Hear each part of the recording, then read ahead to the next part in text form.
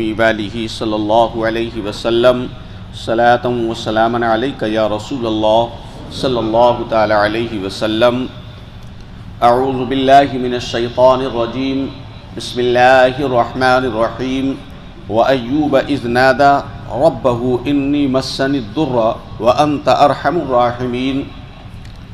حضرات گرامی، کل کی آیات کے اندر حضرت سلیمان علیہ الصلاۃ والتسلیم کا ذکر تھا، اور اس آیت کے اندر حضرت ایوب علیہ السلام کا ذکر ہے۔ آیت ایک ہی ہے لیکن سبق تھوڑا سا آج 2-3 منٹ لمبا ہو جائے گا، پہلے ہی بتا دیتا ہوں۔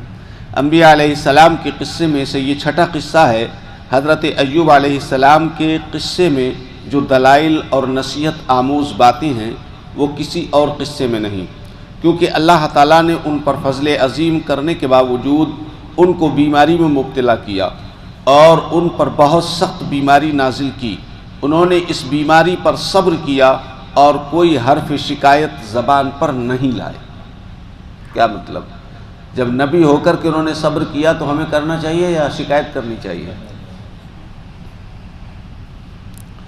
اور اس میں انسانوں کے لیے یہ نصیحت ہے کہ غم ہو یا خوشی، ہر حال میں وہ اللہ کو یاد کرے، مصائب پر صبر کرے اور نعمتوں پر شکر کرے۔ حضرت ایوب علیہ السلام کا نسب نامہ یہ بیان کیا گیا کہ ایوب بن موسیٰ بن زراح بن العیس بن اسحاق ابن ابراہیم خلیل اللہ النبی صلی اللہ علیہ وسلم۔ حضرت ایوب علیہ السلام حضرت ابراہیم علیہ السلام کی ذریت میں سے ہیں۔ روایت ہے کہ حضرت ایوب کو اللہ تعالیٰ نے نبی بنا کر بستی حران کی طرف مبعوث فرمایا۔ یہ بستی دمشق کے نشیبی علاقے میں واقع ہے۔ اللہ تعالیٰ نے انہیں کثرت اموال اولاد سے نوازا۔ منقول ہے کہ آپ کے 7 صاحبزادے 7 صاحبزادیاں تھیں اور جانوروں کا تو کوئی شمار نہ تھا۔ 14 بچے تھے اور بے شمار اونٹ اور بکریاں تھیں۔ آپ پر ابلیس ملعون نے حسد کر کے کہا کہ اے الہ العالمین، یہ تیرا بندہ عیش اور خیر و عافیت میں ہے اور بہت مال رکھتا ہے، اور اس کی نیک اولاد کی بھی کثرت ہے۔ اگر مال اولاد چھین کر اسے بلا اور مصیبت میں مبتلا کیا جائے تو وہ بہت جلد تیری راہ سے پھر جائے گا۔ یہ کس نے؟ ابلیس نے حسد کیا اور ناشکری کرے گا۔ اس پر اللہ تعالیٰ نے فرمایا تو غلط کہتا ہے، کیونکہ وہ میرا بندہ میرا پسندیدہ بندہ ہے۔ اگر میں اسے 1000 بلاؤں میں مبتلا کر دوں تب بھی وہ امتحان میں کامیاب ہوگا۔ شیطان کی خام خیالی کو ظاہر فرمانے کے لیے اللہ تعالیٰ نے حضرت ایوب کو آزمائش میں ڈال دیا۔ جو تکلیف آتی ہیں یہ اللہ تبارک و تعالیٰ کا مقصد یہ ہوتا ہے کہ میرا بندہ صبر کرے اور میں اسے اس کے درجات کو بلند کر دوں، اس کے مقام کو بلند کروں۔ کہ تمام اونٹ بجلی سے اڑا دیے اور تمام بکریاں سیلاب میں بہا دیں، کھیتی ہوا کے نظر ہو گئی، اولاد دیوار کے نیچے دب کر مر گئی۔ اتنا بڑا نقصان کوئی برداشت کر پائے گا آج؟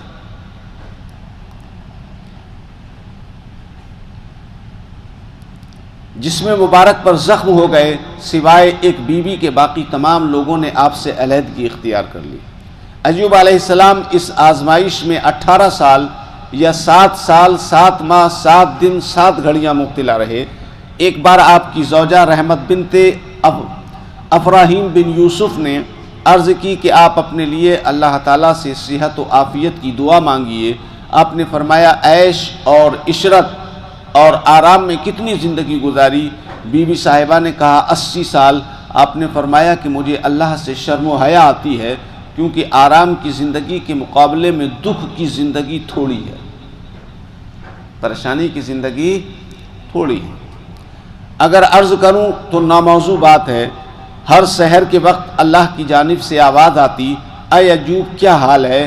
تو ایوب علیہ السلام شوق و ذوق سے ٹھنڈی سانس کھینچ کر عرض کرتے کہ اے مولا کریم، آپ کے دیے ہوئے تحفے سے خوش ہوں۔ اس مقام پر بہت سارے مفسرین نے حضرت ایوب علیہ السلام کی بیماری کے تعلق سے اسرائیلی روایت کو شامل تفسیر کر لیا اور آپ کے جسم مبارک میں کیڑے پڑ جانے کی بات کی ہے اور آپ کو ایسی بیماری میں مبتلا ظاہر کیا۔ جس کی وجہ سے لوگوں کو آپ کے قریب جانے سے گھن آئے، لیکن ہمارے نزدیک یہ ساری باتیں صحیح نہیں، کیونکہ اللہ تعالیٰ انبیاء علیہ السلام کو ایسے حال میں مبتلا نہیں کرتا جس سے لوگوں کو نفرت ہو اور اس سے گھن کھائیں۔ بھئی انبیاء کرام کس مقصد کے تحت آتے ہیں دنیا میں؟ کس لیے آتے ہیں؟ اللہ کی تبلیغ کرنے کے لیے آتے ہیں، اس کے دین کی تبلیغ کرنے۔ جب لوگوں کو گھن آئے گی تو پھر تبلیغ کیسے ہوگی؟ تبلیغ ہو سکے گی؟ کوئی ان کے پاس جائے گا؟ اس لیے نبوت و رسالت کے خلاف بھی یہ بات ہے کہ کوئی ایسی بیماری کسی نبی کو ہو جس سے انسانوں کو گھن آئے، جس سے لوگ گھن کھائیں۔ حدیث صحیح مرفوع میں بھی اس قسم کی کسی چیز کا ذکر نہیں،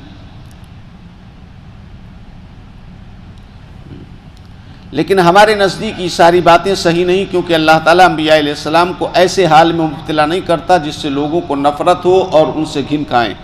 اللہ تعالیٰ نے انبیاء علیہ السلام کے متعلق فرمایا یہ سب ہمارے پسندیدہ اور نیک لوگ ہیں۔ یہ صحیح ہے کہ حضرت ایوب پر کوئی سخت بیماری مسلط کی گئی تھی، لیکن وہ بیماری ایسی نہیں تھی جس سے لوگ گھن کھائیں۔ حدیث صحیح مرفوع میں بھی اس قسم کی کسی چیز کا ذکر نہیں، صرف ان کے اولاد اور ان کے مال مویشی کے مر جانے اور ان کے بیمار ہونے پر صبر کا ذکر ہے۔ اس مقام پر ذہن نشی رکھنا چاہیے کہ انبیاء کرام کو ایسی بیماری یا ایسے حال میں مبتلا فرمانا جو ان کے فرائض نبوت، دعوت و تبلیغ کی ادائیگی میں رکاوٹ بنے، خداوندی حکمت اور مصلحت کے خلاف ہے۔ جب حضرت ایوب کی آزمائش مکمل کی جا چکی اور وہ اپنے اختتام کو پہنچنے والی ہوئی تو حضرت جبریل علیہ السلام حضرت ایوب علیہ السلام کے پاس آئے اور آپ کو خاموش دیکھ کر پوچھا کیوں چپ بیٹھے ہو؟ وہ بولے چپ نہ رہوں اور صبر نہ کروں تو کیا کروں؟ حضرت جبریل علیہ السلام نے فرمایا کہ خدا کے خزانے میں بلائیں بہت ہیں، تم ان کی طاقت نہیں رکھتے، تو خدا سے عافیت اور صحت چاہو۔ اللہ کی بارگاہ میں دعا کرنا کہ مولا تو مجھے ان آفت و بلیات سے شفا دے دے، ان سے نجات دے دے، یہ کوئی برائی نہیں، لیکن یہ کہنا کہ اللہ تو نے ایسے معاملات میں مبتلا کر دیا ہے اب تو اس سے چھٹکارا دے دے، تو یہ شکایت ہو گئی۔ تو جبریل امین نے حضرت ایوب سے کہا کہ اللہ کے قدرت کے خزانے میں مصیبتیں اور بلائیں بہت ہیں جو آپ برداشت نہیں کر سکتے، لہذا اس رب کی بارگاہ میں کیا کریں؟ عافیت اور صحت چاہیں، دعا کریں۔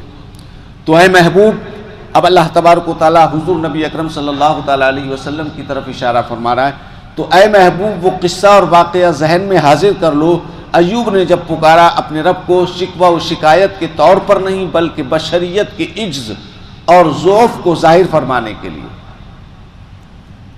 پیچھے بھی یہ جملہ آیا تھا، اے محبوب یاد کرو، ذہن نشی کر لو، اپنے ذہن میں بٹھا لو۔ تو گویا جب حضرت ایوب علیہ الصلاۃ والتسلیم آزمائش میں مبتلا تھے تو اس وقت سرکار کا نور حضرت ایوب کو دیکھ رہا تھا، حضرت ایوب کو دیکھ رہا تھا۔ جب پکارا اپنے رب کو شکوہ و شکایت کے طور پر نہیں بلکہ بشریت کی عجز اور ضعف کو ظاہر فرمانے کے لیے کہ اے پروردگار پہنچا ہے مجھے دکھ، اس دکھ کے تعلق سے بہت سارے اقوال ہیں۔ اچھا، یہ جو لفظ دکھ کہا ہے، اب یہ کون سا دکھ انہوں نے رب کی بارگاہ میں پیش کیا؟ اس کے لیے کئی الگ الگ باتیں ہیں۔ شیطان کے طعن سے انہیں بہت رنج پہنچا، اس واسطے کہ شیطان نے ان کے پاس آ کر کہا تھا کہ تم میرا سجدہ کرو تو میں تمہیں بلا سے نکال دوں گا۔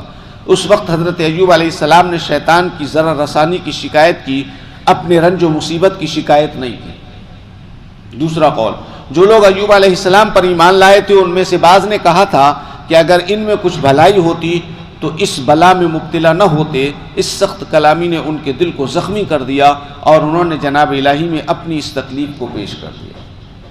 بے ظاہر سی بات ہے، غیر اگر پتھر پھینک کر مارے تو تکلیف نہیں ہوتی، اگر اپنا پھول بھی پھینک کر مار دے تو تکلیف ہوتی ہے، اپنے کی بات کی تکلیف زیادہ ہوتی ہے۔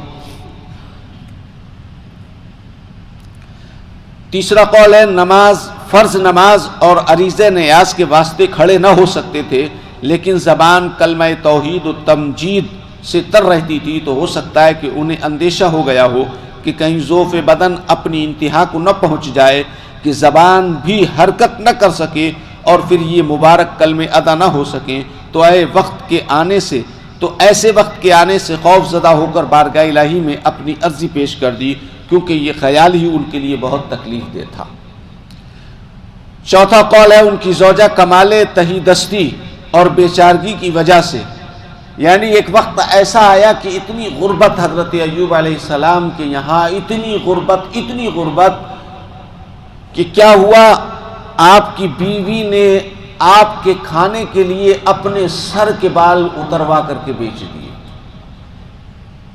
اپنے سر کے بال کٹوا کر بیچ دیے، اپنا گیسو بیچ کر ان کے واسطے کھانا لائیں۔ اس حال سے مطلع ہو کر آپ عرض کر پڑے کہ اے پروردگار، اس واقعے سے مجھے بے حد تکلیف پہنچی۔ ہر صبح کو کسی فرشتے اور انسان کے واسطے کے بغیر بارگاہ کبریا سے یہ خطاب مستطاب حضرت ایوب علیہ السلام کو پہنچتا تھا کہ اے ہمارے بیمار کیسا ہے، اور حضرت ایوب علیہ السلام اس پر شش کے ذوق و شوق میں وہ بلا کا پہاڑ جان پر اٹھائے ہوئے تھے اور اس بیماری میں خوش رہتے۔ جس دن صحت ہونے لگی اس صبح اس خطاب کے تحفے سے سرفراز نہیں ہوئے، یعنی روزانہ ایک آواز آتی تھی اللہ کی طرف سے کہ ہمارے بیمار کا کیا حال ہے۔ اس آواز کو جب حضرت ایوب سنتے تو کیف و مستی کے سرور میں ڈوب جاتے اور اپنی بیماری کا انہیں احساس ہی نہیں ہوتا، کیونکہ اللہ کی طرف سے اگر کوئی اللہ تبارک و تعالیٰ پوچھے کہ اے بندے تیرا کیا حال ہے، تو اس بندے کے لیے اس سے بڑی معراج اور کیا ہو سکتی ہے۔ سرفراز نہیں ہوئے تو فریاد کیا ہے میرے رب، مجھے اس بات سے تکلیف پہنچی کہ آج اس خطاب روح افزاں اور دل افسوس کے سننے سے محروم رہا۔